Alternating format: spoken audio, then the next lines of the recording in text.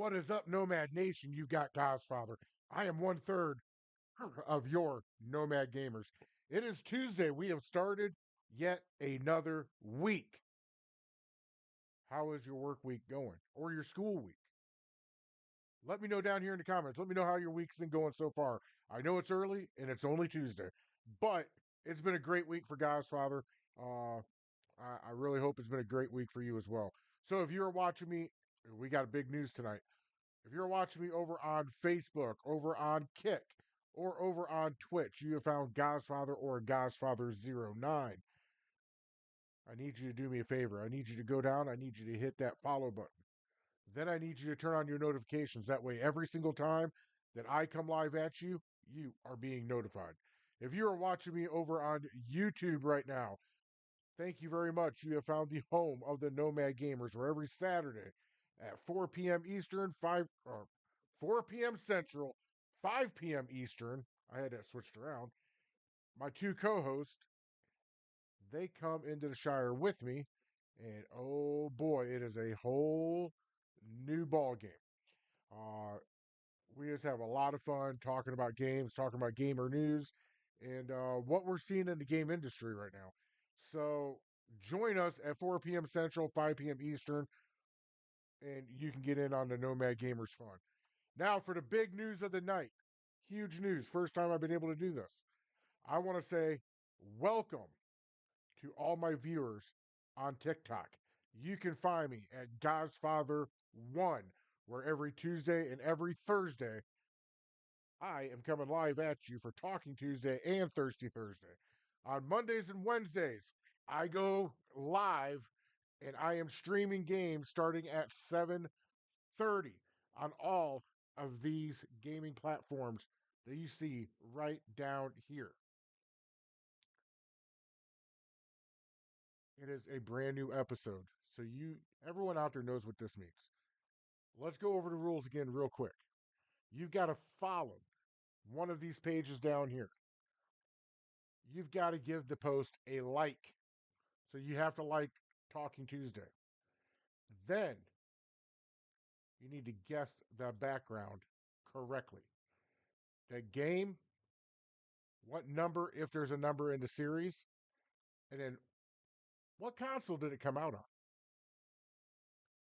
So without further ado, let's get the famous background up and going and see what we got here.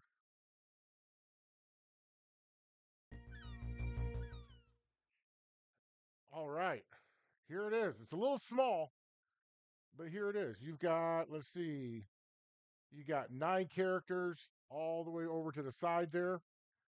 And then you've got 3 that is just over here.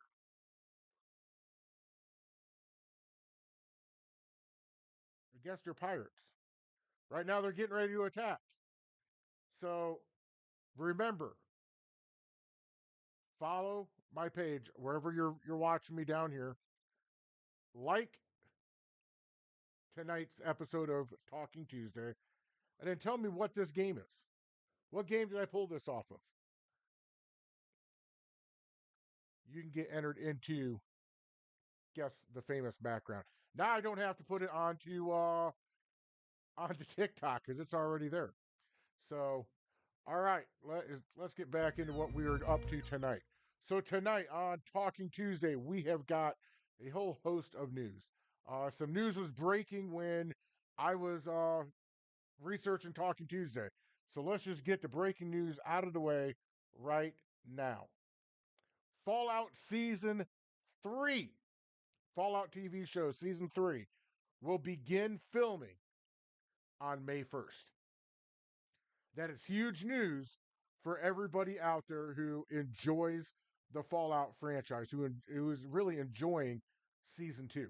As everybody already knows, I really did not enjoy Season 1, but I'm going to tell you right now, Season 2, in my opinion, up to now, they are knocking it out of the park. It is an amazing season for this TV show. Uh, I can't go into last week's episode. I just watched it, by the way.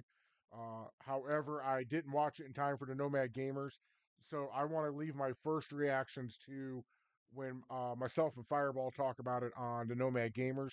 So if you want to catch my take on that, wait till Saturday, and you will get my you'll get my take on that. All right, so tonight we got some Pokemon Go news. We have got some Arc Raider news for Mister Dakota. I know he's out there watching me somewhere. We've got some Square Enix news. Remember last week we were talking about uh, the Sims 4, EA, the buyout, all that stuff. I told you I keep my eye on it. And I'm a man of my word. I kept my eye on it. We got some of that news coming up. Then we got some more Fallout news. Todd Howard, Fallout, Obsidian. What is going on with that? Well, we're going to get all into that. And then Amazon. If you're an Amazon Prime member, I'm going to tell you the games that they are giving away for the month of January. All right. That is all the topics we have for tonight. So I was a little busy after work today, and I didn't have too much of a chance to read some of these articles. So you are going to get my fresh and raw reaction to these. So the first one up is going to be Pokemon Go. They are revealing the Electric Type Global Challenge event. Pokemon Go players will soon have another event to participate in, as the upcoming High Zapitude Global Challenge event will give fans a chance to find a shiny Tadbulb for their collections. Additionally, the Pokemon Go Challenge event will mark the arrival of Waterel, a flying type critter from the Paldea region, along with its evolved form, Kilowattrel. I'm going to tell you right now, Pokemon Go here in the past, I don't know, 6, 8, 10 months, maybe even a little longer than that for me, has really let me down.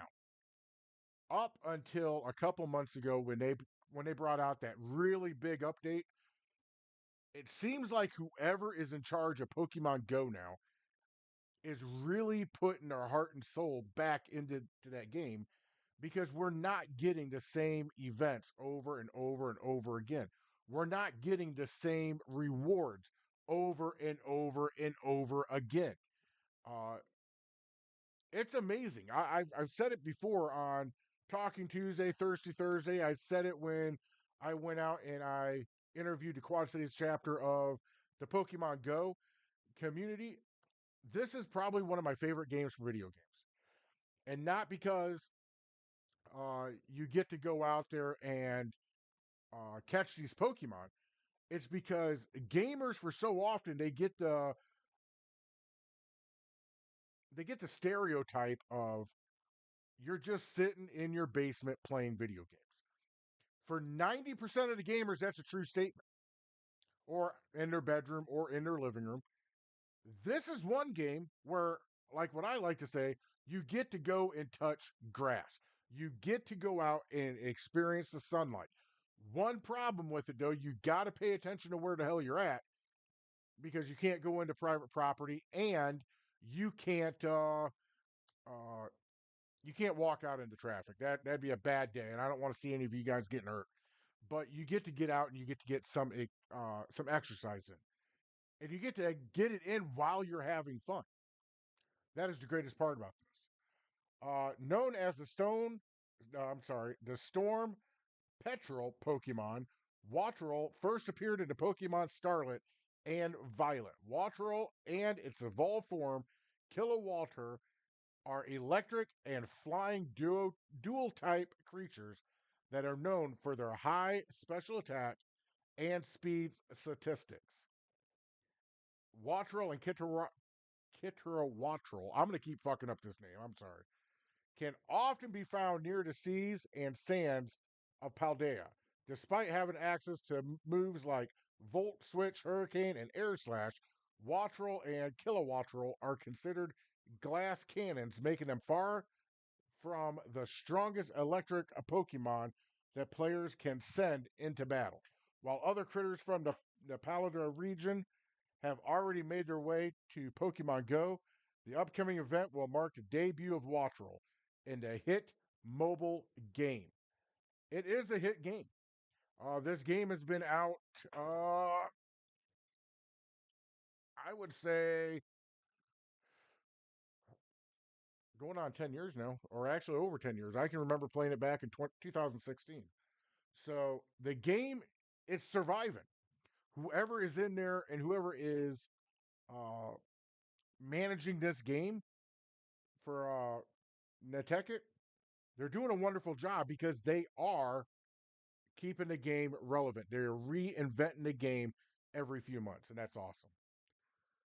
All right, so our next Dakota, I know you're on, buddy, because I just seen that you shared uh, Talking Tuesday about 4 minutes ago, and you liked it. So I want to say thank you for both of those. But here's your news. It is on Arc Raiders. It can be a tremendous benefit to players. Arc Raiders boss defends controversial AI usage. This is one of the topics that if you were to watch the Nomad Gamers, if you were to listen to Fireball a little bit, he is completely he's concerned about AI.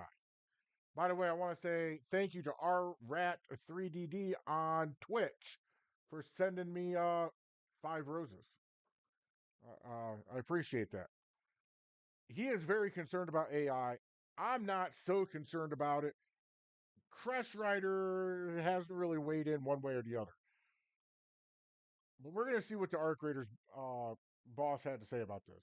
Embark Studios CEO Patrick Soderlund has once again defended the use of AI within the studio's smash hit extraction shooter Arc Raiders.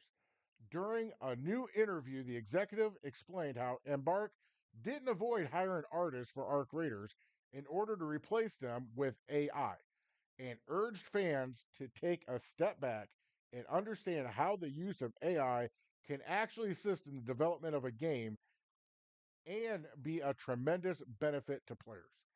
So the thing that uh and I get where Fireball's coming with this, and I kind of feel the same way. This is taking work away from humans. The and I'll give you an example. You've got 10 artists out there that you employ to make art for this game that you're coming out with. Then you decide to go out and get AI. Well, you don't need all 10 of them workers anymore. Now you only need, let's say, 4. Or if you're some of these other games, you're going to go, we don't need any of them. We're going to take those resources and we're going to put it into the development of a game, which, looking at it from the surface, looks amazing. Sweet, I'm going to get a better game out of this. But you got to look at uh, the human cost of AI. I think that there is a happy median somewhere out there where workers and AI can live in harmony. Where that where that balance and act, where that center of gravity is for that, I couldn't tell you. But I'm not so much going to shy away from it. But I am kind of concerned that this is going to be taking away uh, good jobs from good people, and it's just going to go to an AI. And we're already seeing some negative effects from the AI world by the chip shortage that's driving up prices for games, for consoles. If you watch Nomad Gamers, you would know that the PS6 and the new generation of the Xbox is delayed, and PC prices are also rising. So we're not at that center of gravity yet. It's still like this. We got to figure out what to do with it. The controversial use of AI within Arc Raiders hasn't stopped Embark's second title from being a breakout hit in 2025. By all accounts, Arc Raiders is one of the best extraction shooter games on the market today. Now, if you were to talk to some Escape from Tarkov players, they're going to debate with you. They are going to be hotly debating that Escape from Tarkov is better than Arc Raiders. I don't know. I'm not a extraction shooter type player, but Fireball is, and Fireball likes Escape from Tarkov. Dakota plays Arc Raiders. He loves that game. So even in my small little universe here, the two planets are starting to butt heads. It's kind of fun to watch. The extraction shooter took the gaming world by storm when it was released in October, peaking at more than 481,000 concurrent players on Steam, receiving rave reviews from both players and critics, and even maintaining, this is huge, 91% of its player base into 2026.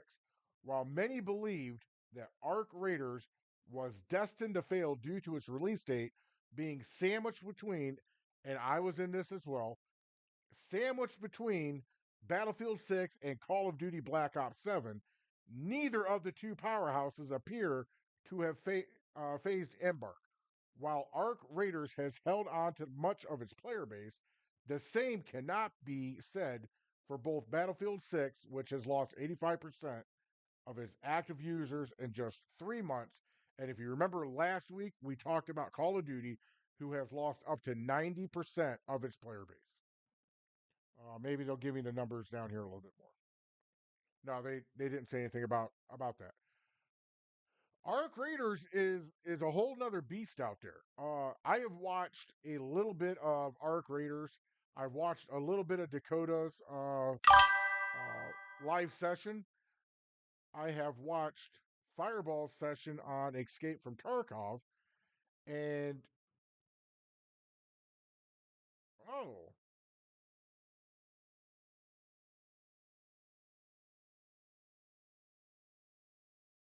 all right. Well, I don't know why I got suspended from TikTok just now, but I did. So the TikTok people are gone. I don't know what the hell happened there. Uh, yeah, I'm gonna have to look into. That's gonna mess me up all the way. But anyways, yeah, I I'm not quite sure. I have to figure out what's going on, and I'm kind of yeah, I've been thrown off my base. Let's go to comments real quick. I have never played Escape from Tarkov from Dakota. From Dakota again, I have noticed that there is a growth of cheaters in the Arc Raiders. Hmm, that's interesting. That's very interesting. But it's not surprising, Dakota. I would expect to see a lot of cheaters in Arc Raiders.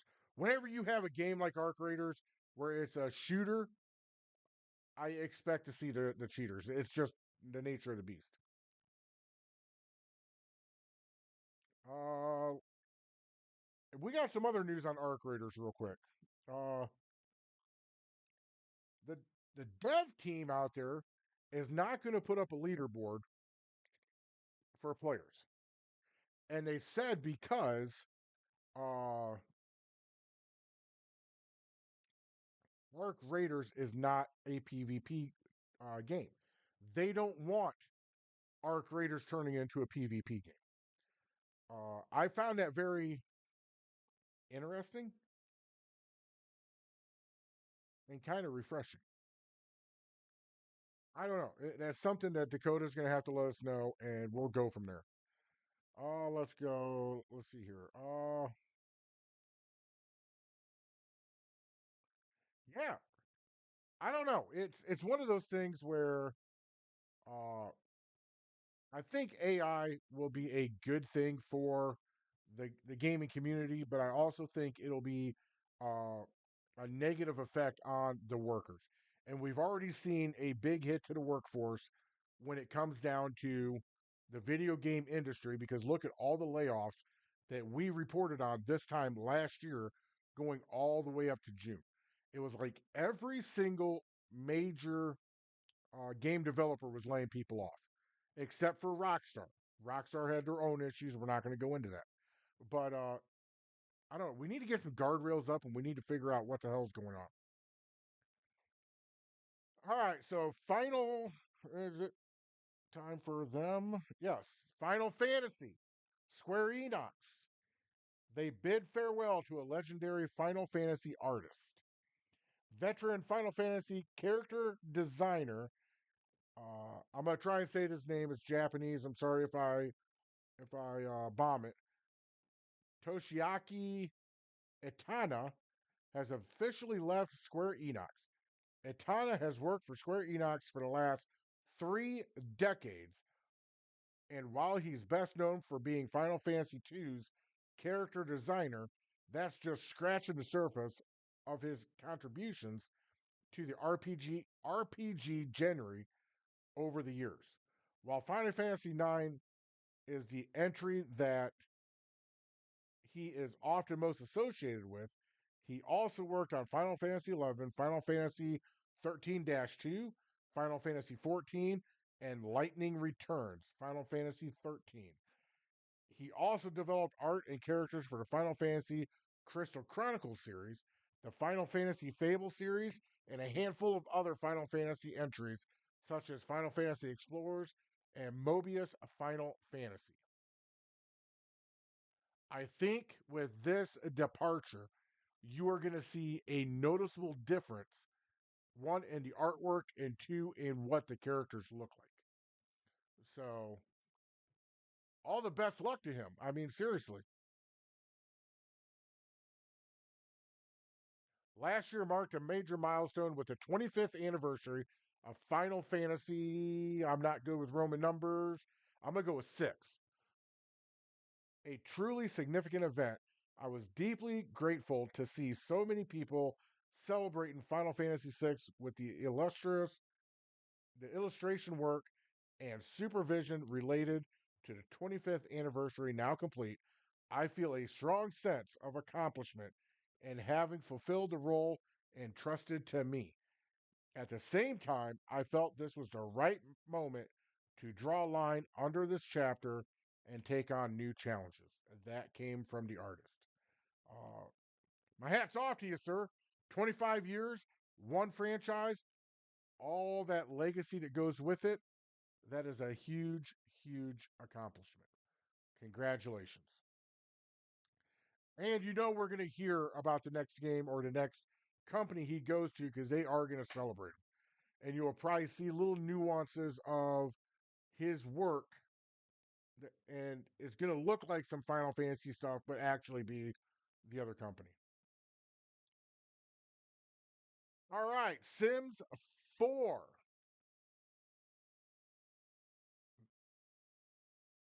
The Sims 4 next expansion pack will be titled Royalty and Legacy, and it might be coming sooner than fans would expect.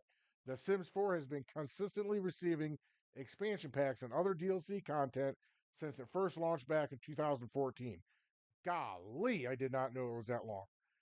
This decade has been riddled with a flow of Sims content, and players are curious how many more theme packs the developers will release before they decide to move on to a new title. You're looking at 12 years so far. The last Sims 4 expansion pack, Adventure Awaits, came out on October 2nd, 2025. It introduced Sims 4 players to getaways, fun outdoor activities, and reality show like competitions at these special venues. Huh. When is EA coming out to say something?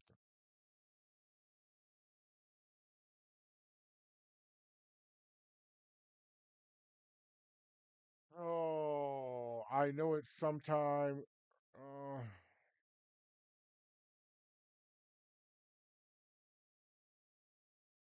Sometime this month, the EA is actually going to come out and give us the. This ain't a roadmap. This is just about the next expansion.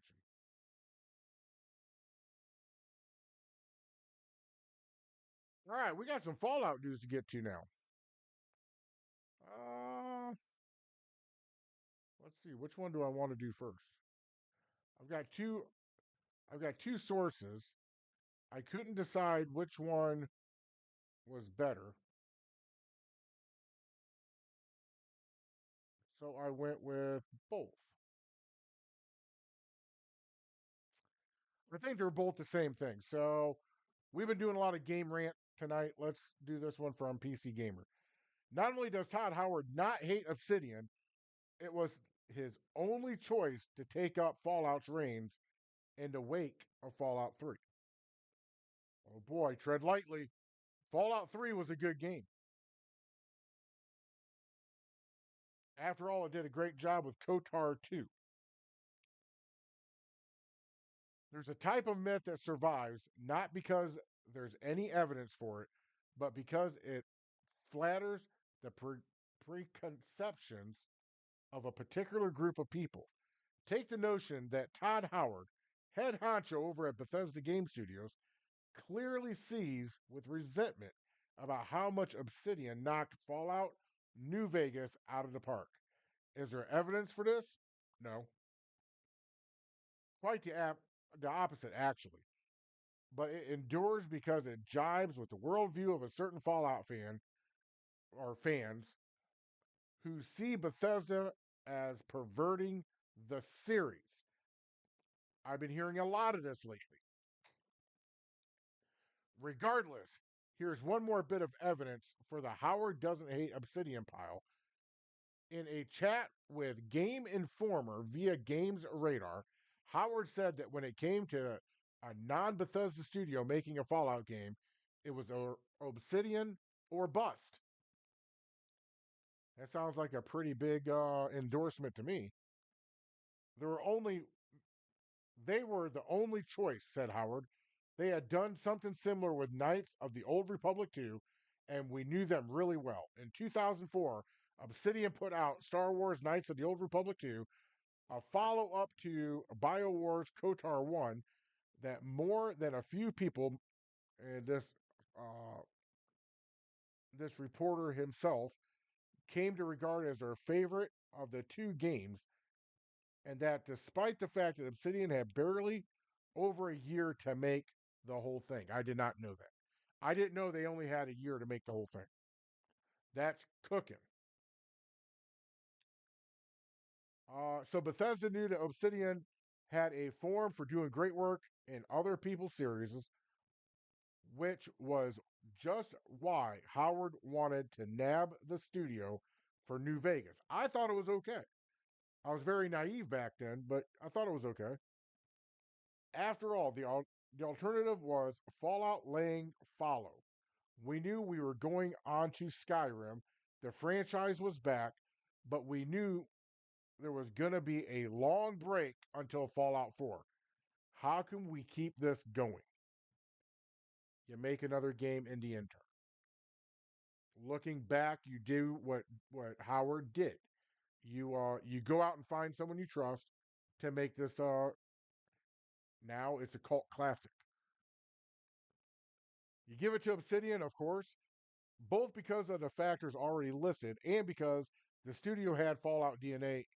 In the words of New Vegas lead creative designer John Gonzalez, there were people who had worked on the original title and then also the second game who were able to create a very Obsidian focused experience that was all about allowing the player to have a tremendous amount of narrative impact, narrative control. This was one of the last Fallout games where you had that type of control. It really paid off quite well. New Vegas is a classic, having sold over 11 million copies by 2015. And as a result, no doubt made quite a bit of money for Bethesda itself. If I were Howard, then not only would I not resent Obsidian for Fallout New Vegas, I'd be trying to get it to make another one for me. I've been asking the same thing. I think Obsidian did a tremendous job with Fallout New Vegas. Uh, if you look out there, Fallout New Vegas is by far one of the most successful Fallout games in the franchise. It just is.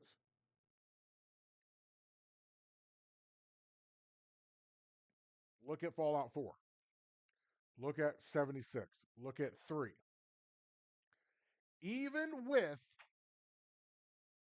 the tremendous lapse in time between New Vegas coming out and 76 coming out, with Fallout 4 in the middle, fans are still flocking to Fallout New Vegas.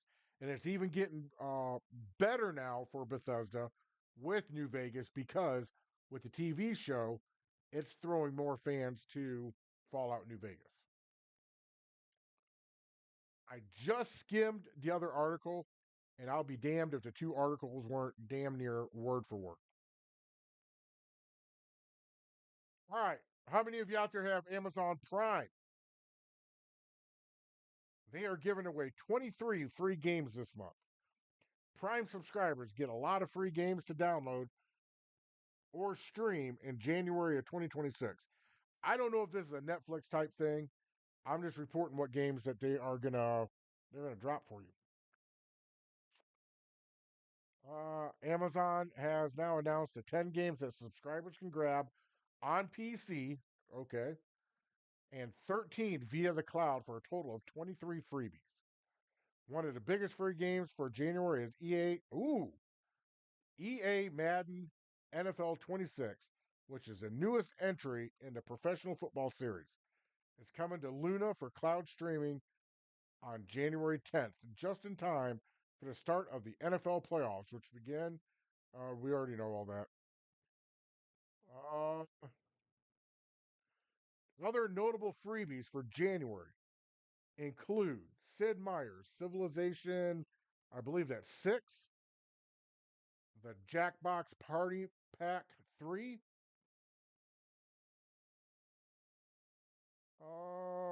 Reflections of Life, Dark Architect Collector's Edition. That's on the Amazon Games app. January the 15th, Bridgador, Up Armored Edition, GOG. Gunslung Rogue Tactics, GOG. Deathkeep, GOG. January 22nd, Harold's Halibut, D&D Stronghold Kingdom Simulator. January the 29th, The Genie's Curse, Technopia, Elderborn. Amazon Luna Cloud games for January, now available. Alan Wake, Death Stranding Director's Cut, Hot Wheels Unleashed 2 Turbocharged, Monster Truck Championship Rebel Hunter Edition, Tormented Souls, Argamy Shadow Edition, Spells and Secrets, Whisker Waters, Trepang 2. January 8th, Tricky Towers. January 10th, NFL or Madden NFL 26. January 23, the Jack's Party Pack 3. And then Worms WMD is yet to be determined. That is your 23 games if you are a Amazon Prime subscriber. So, Talking Tuesday kind of got blown up tonight. That's okay. I was going to keep it a little bit shorter because of TikTok, but I ran into a problem with TikTok. I'm going to dig into it after the episode. Tomorrow is Wednesday. I will be gaming. It might be a little bit earlier, but plan on 7:30. I'll put out a post on my social medias if I'm going to go earlier than that. Thirsty Thursday is Thursday at 7:30. I I will not be gaming on Friday, and I will not be gaming on Saturday. I got other things planned on those days. So, in the words of my good friend Santiago Cirillo, your negativity cannot and will not break me. You're beautiful just the way you are. If you're out there playing a game and you run across a griefer and that griefer needs blown the fuck up, you blow that motherfucker up. Thank you for your support. Thank you for your love. Thank you for watching. Until I see you again tomorrow evening.